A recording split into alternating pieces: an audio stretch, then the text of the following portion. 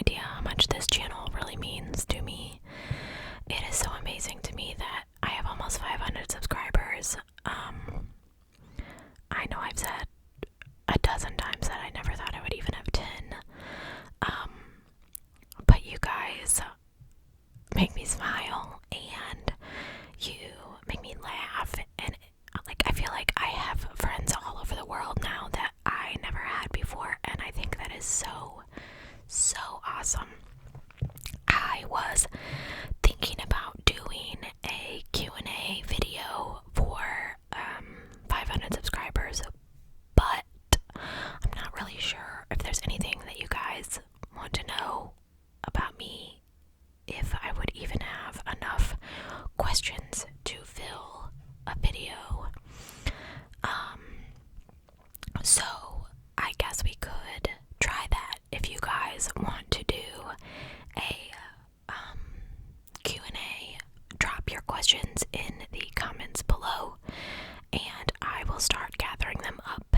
And I think we have about 40 subscribers to go, so a little bit of time, and I will try not to miss it, and I will try to get a video filmed if you have enough questions, even if it's a short video. So I stumbled across this case because I am, a YouTube fan, and I tend to watch other people's videos, and this was a video I found that was not in ASMR format, and I have a lot of opinions, as usual. Some people like that, and some people don't. In my videos, I will probably never ever be able to keep my opinions to myself, so if you don't like that, this is probably not the channel for you. I am definitely, I tend to refer to myself as short, sassy, and saucy. The saucy one is kind of a joke with my family and Sean, but I eat everything with some kind of sauce. Like for example, my buffalo strips, I want extra buffalo, and I want ranch. And I've gotten Sean doing it too. So, and my name's Shannon, so lots of S's going on. And actually, Sean is S, and then his last name starts with S. So just Anyway, I totally went with that one. So far, I don't even know where I was going with that. Nope, totally lost it.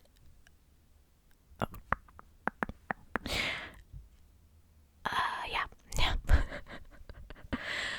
Okay, so this case is a little strange.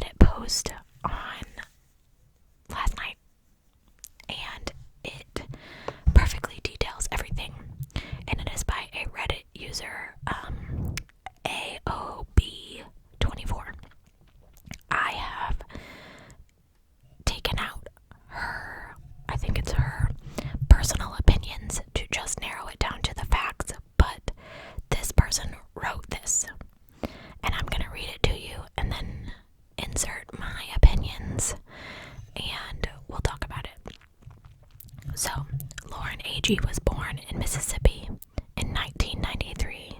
Oh, she's a puppy. To Sherry and Brian Agee. Her parents later divorced, and at the time of her death, she was living in Hendersonville, Tennessee, with her mother and her mother's new husband, Michael Smith.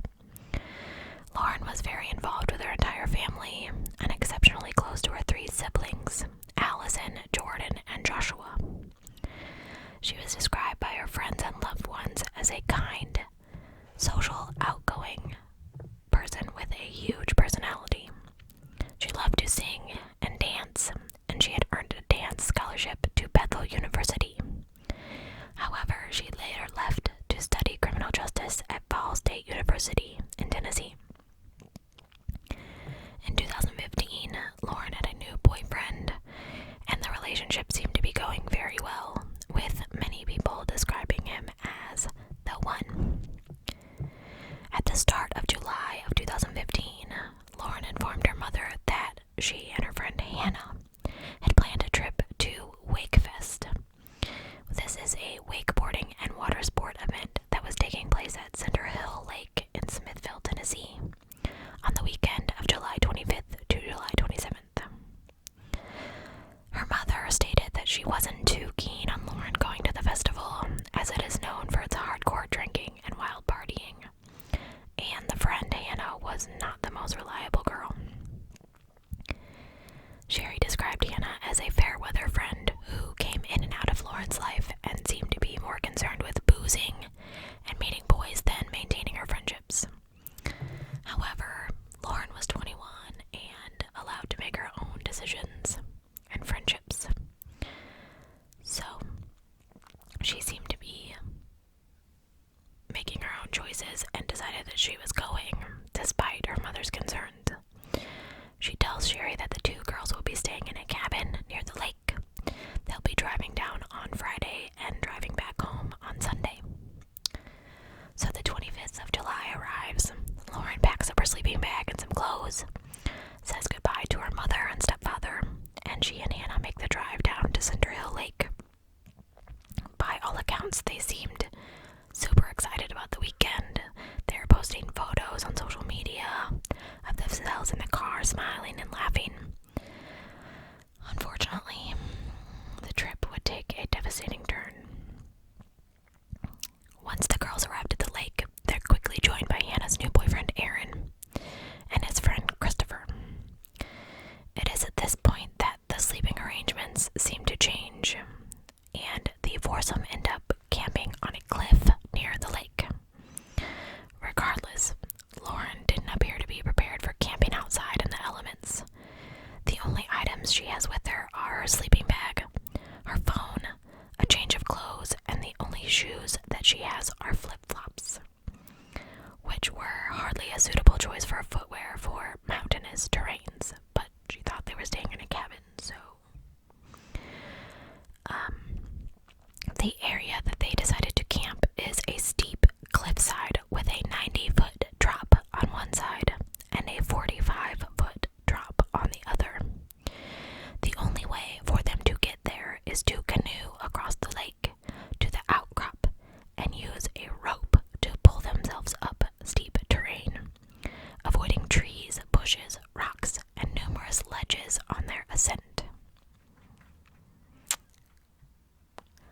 Let me just say, I'm not an outdoorsy girl, and I would not be pulling myself up a cliff with a rope to sleep. I would have been like, yeah, bro, I'm out. And then as the story goes on, I really would have been sleeping in the car, but let's keep going. So, despite the treacherous conditions, the foursome reach the campsite in one piece, and they start to set up.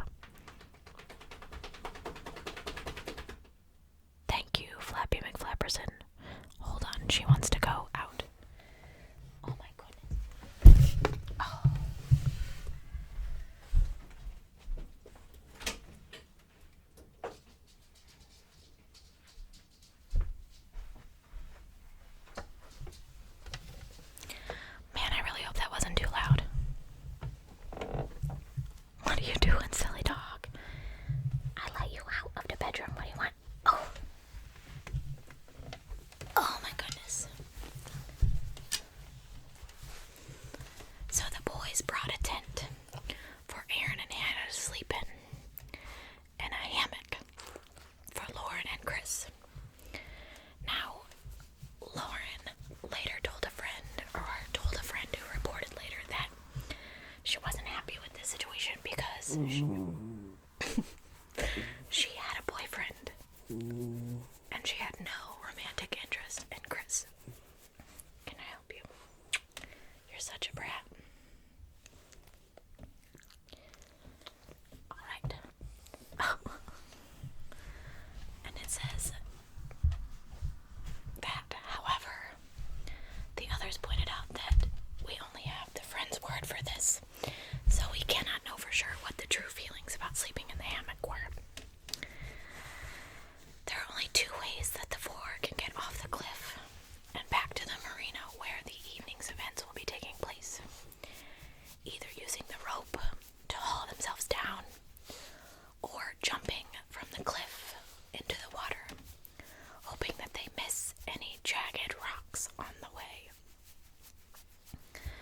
It does seem like cliff jumping is a regular occurrence at Wakefest, so maybe this was part of the planned activities for the day. Aaron and Chris were definitely thrill seekers, and the girl that wrote the article stated that she was unsure how Hannah and Lauren felt about the prospect of jumping. Regardless, they must have agreed because the four of them jump off the cliff and into the water. The three friends later reported that Lauren hit her head when she landed in the water following this jump, and she may have been slightly concussed. I know, baby. On top of this, she proceeded to drink alcohol, which would not have done her any favors if she did have a head injury. However, all reports from those who saw or spoke to Lauren that night state that she was in a great mood and that she wasn't suffering from any symptoms of a concussion. What's going on with you? Somebody is needy today. There is video footage of her in the marina bar where she appears lively and in good spirits. There is also footage from that bar depicting Aaron and Chris getting into what is believed as an altercation with Aaron's ex-girlfriend, Cassie, who is the previously mentioned friend that I talked about earlier. She went to the same high school as Lauren. This is when they talked, and Lauren had asked Cassie had asked Lauren if she was with Chris, and Cassie reported Lauren said they're not. She has a boyfriend and no romantic feelings towards Chris. She had been inadvertently paired with him for the evening because Hannah was now dating Aaron, and the four were camping together. Cassie also said that she could definitely tell that there was alcohol in Lauren's system when they spoke. Oh, silly, go on. Okay. Don't do that. It's very loud. Sorry, guys. She's such a brat. This is why I don't film during the day. Usually at night she's a little bit more sleepy. So, sometime between 12 and 2 a.m., the group decided that they were going to head back. And it appears that Lauren had some second thoughts about staying at the campsite. She reportedly asked Cassie if she could stay with her instead, but Cassie informed her that there was no room at the cabin. So, with this, Lauren joined the others and they start to get ready to make their way back to the campsite. This journey would be especially perilous as they had consumed large quantities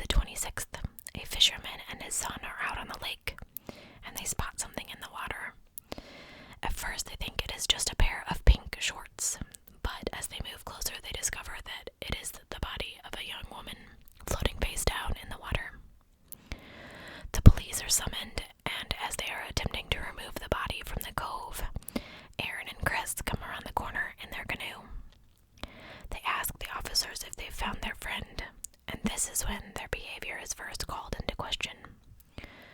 One of the officers would later report that he believed that this entire encounter was staged, and the boys knew where the body was long before the police did. The cove where Lauren was found is located behind the cliff where the four were camping, but the campsite was situated on the side of the cliff that faces the marina. So, opposite of the cove. And if we are to believe that they didn't know where she was or what happened to her, then this suggests they got into the canoe to look for her, but went in the opposite direction, away from the marina, and just stumbled across the scene and her body completely by chance. Possible, but unlikely. The boys were questioned by the police, who described their demeanor as nervous and unsympathetic. The discovery of the body leads investigators to believe that this is indeed Lauren, but they're concerned by the fact that she hasn't been reported missing until now, like 14 hours after she was last seen. They later interviewed other Wakefest attendees who claimed they hadn't realized that she'd not been seen since the previous night.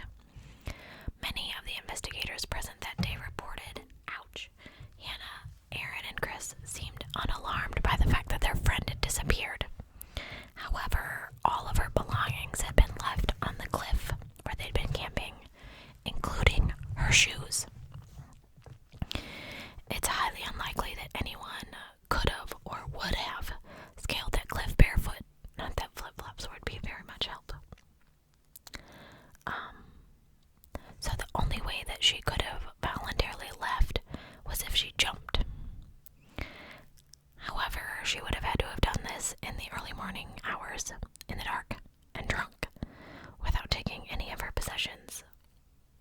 Why would she have jumped off the cliff anyway? Some people have suggested that she was picked up by another group, or was to be picked up by another group in a boat. But why didn't these people come forward? After discovering Lauren's body, the three friends are taken by boat to the mainland for further questioning, and this is where their stories begin to diverge. Aaron says Lauren never made it back to camp after leaving the bar, despite that all of her belongings were found there. Hannah claims Lauren left in the early hours of the morning to get into a boat with some random guys.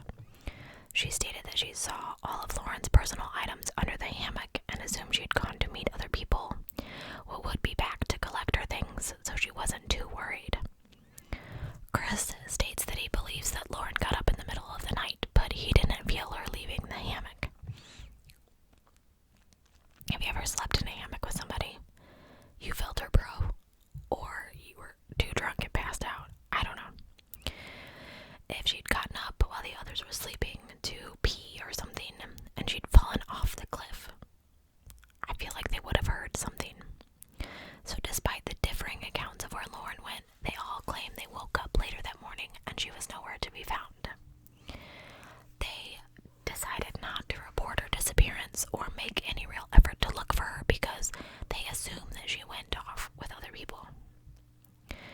This entire conversation between the three friends and the police took place on a boat to the mainland, and the officers described the trio as being very nervous, whispering to each other constantly, with Aaron repeatedly saying, "Don't mention anything, I'll do the talking." When one of the officers asked them what they were thinking about, Aaron reportedly says, "I'm thinking about how I'm going to get that gun from your hip and get off this boat." Okay.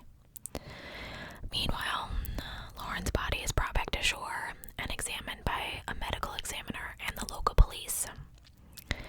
The autopsy revealed that she had suffered blunt force trauma, as well as a catalog of other injuries, not energies, including broken fingers, a broken nose, bruises and hemorrhaging on her back and thighs. The surprising part, though, is she had very little water in her lungs, which would be unusual if she had indeed fallen from the cliff while alive. Officials rule the death as accidental and state that no foul play is suspected. They speculate that she fell off the cliff while drunk, hit the side of the cliff while she fell, and suffered blunt force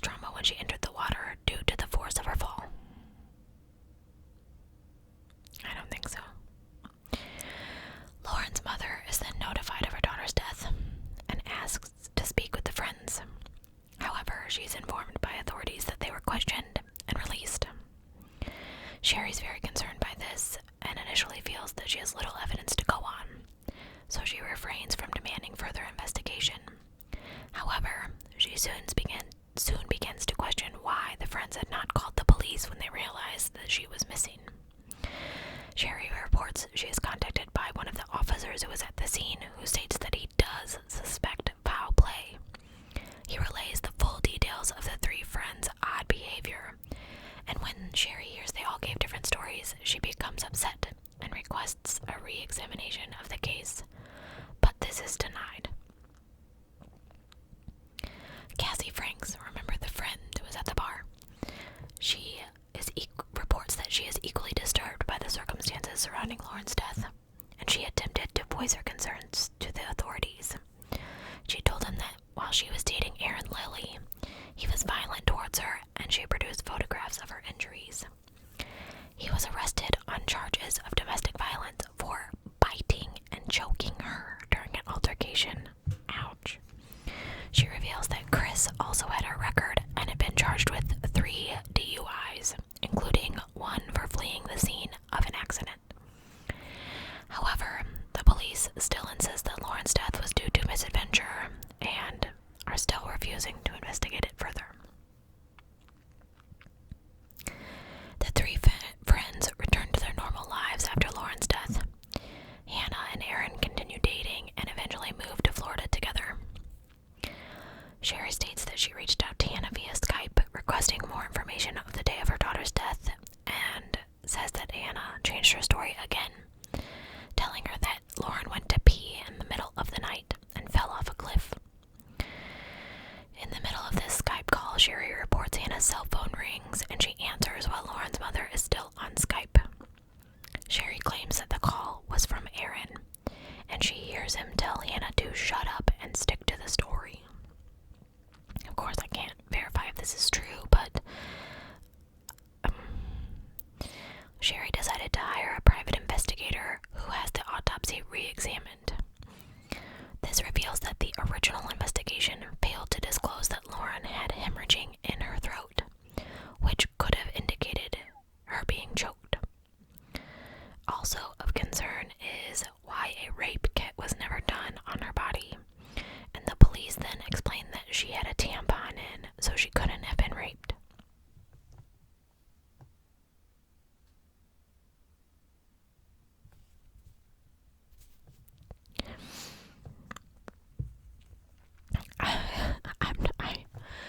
I don't even have words to describe how dumb that statement is. So, I don't think that if she fell from the 90-foot side of the cliff, although she would have hit the water, the direction of the current meant that she would not have ended up floating in the cove where she was found. That she would have to do a complete U-turn to achieve this. The PI that was hired by the family recreated the current as it was that day and reported that it was not possible for it to move something as big as a body into the cove where Lauren was found. If she had fallen from the 45-foot side of the cliff, it is very unlikely that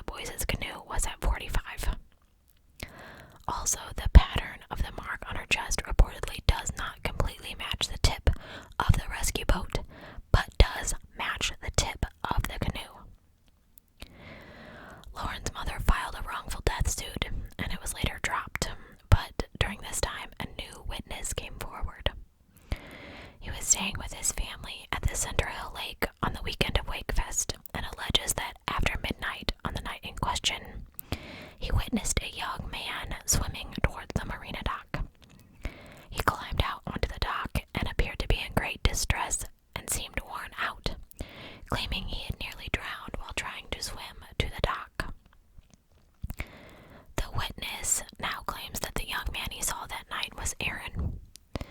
And if this is the case, it seems to contradict the trio's statement that they were already on their way back to the campsite by this time. So there are a couple theories in this case. We know something happened once they arrived back at the campsite. She died, and the three friends decided to dump her body in the cove, make it look like she fell from the cliff.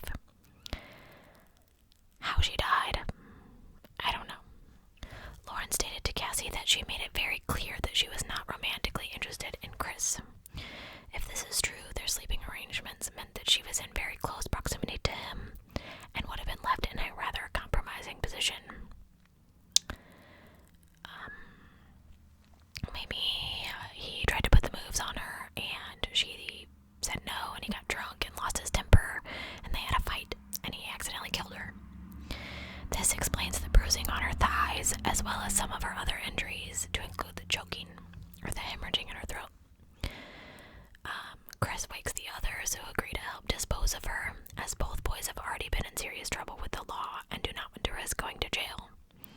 They either lower her body down the cliff using a rope, or throw her off the cliff as others have suggested, then take her in the canoe to the cove and dump her body.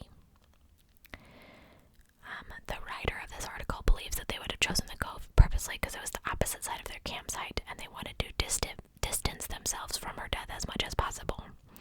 However, they didn't think about the current. They returned to the campsite, try to get their story straight, and decide to canoe back out to try to find her. Another possibility is that Hannah and or Aaron are directly involved in Lauren's death. Cassie reported that Lauren told her she was unhappy with the sleeping/camping arrangements. This is true, and she really had no prior knowledge they would be camping with the boys. Maybe she was too nervous to voice these concerns to the others when they first arrived. But however, once they returned to the campsite, she was, frustrated by the fact that she was unable to make other arrangements. She'd consumed a significant quantity of alcohol and might have decided to let her friend know how she felt. If she had assumed it was going to be a fun weekend with just her and her friend, I could imagine that she's probably upset by the turn of events. So, the writer thinks that in this scenario she may have voiced her frustrations and perhaps let Hannah know exactly what kind of friend she thinks she is. Things escalate, a physical fight ensues, the four are impaired by alcohol, the boys jump in but Lauren is killed in the struggle. This would give Hannah a clear motive in wanting to cover up this crime, and that's above just protecting Aaron. There is also the theory, of course, that it was a genuine accident. Maybe alcohol poisoning, concussions, her friends panicked and decided to dispose of her as to avoid any trouble. The only problem with this theory is that what could have caused all the injuries that she sustained, I speak English, I swear. The only plausible explanation does appear to be a fall, but maybe instead of falling off the cliff, she just falls repeatedly around the campsite. Her reactions are diminished as she had consumed alcohol, and she's not as quick to use her hands to break her fall, hence broken nose and fingers and possibly blunt force trauma. If she's hitting the ground with enough force, perhaps she was concussed from her earlier cliff jump. Combined with alcohol, she becomes unconscious and falls. Maybe they're too drunk to help her and she dies, and they find her body the next morning and dispose of it. So, there's just too many weird, I would be extremely angry with my friend if I went on a camping trip and I thought, okay, me and my friend, we're gonna go and we're gonna have lots of fun and we're gonna do this and we're gonna do that, and then out of nowhere the friend's boyfriend shows up, brings this other dude that I'm not romantically interested in. Suddenly we're not sleeping in a cabin, which is what I was promised. I only brought a sleeping bag. I'm not prepared to sleep in the wilderness, even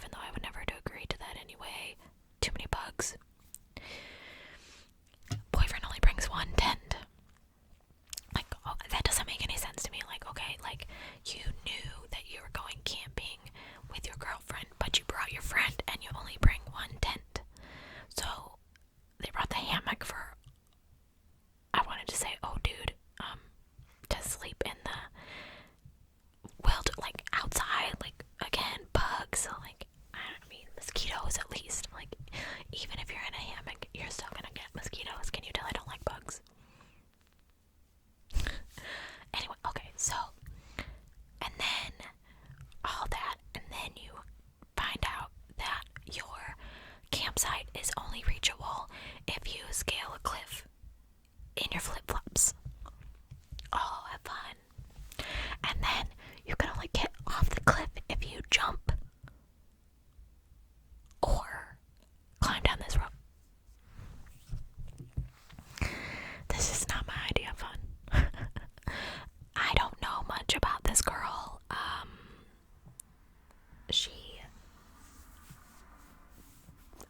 I don't want to make any judgments, but didn't really seem like the outdoorsy type to me.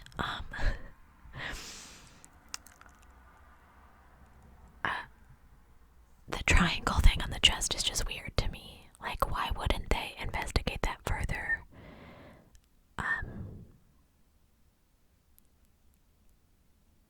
Especially like 90 degrees and 45 degrees. Those are really different. Those are really, really different angles there. So it would be easy to, further investigate this case and find out what happened to this girl. And I'm sorry for her mother, because the mom knows that something happened, and the mom is just doing what moms do best and trying to find out what the heck happened to her daughter. I think that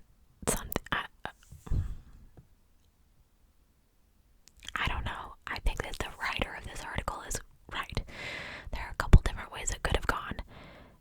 She got drunk and concussed and died by accident. She got into a fight because she didn't want to climb the cliff or sleep outside or sleep in the hammock with this dude she doesn't even know, because I wouldn't want to do that. I would have been sleeping in the car. Maybe it was an accident, like she hit her head when she hit the water, so maybe she was severely, maybe that's why the blunt force trauma to the head was from earlier, and then she drank, and I couldn't find any reports of, is she on any medication to combine with the alcohol and the concussion, and just something happened to Lauren, and someone knows something, and it's sad. Anyway, I hope you enjoyed this video. I'm curious to hear what you think. Thank you for this Reddit poster for doing my work for me. It's like the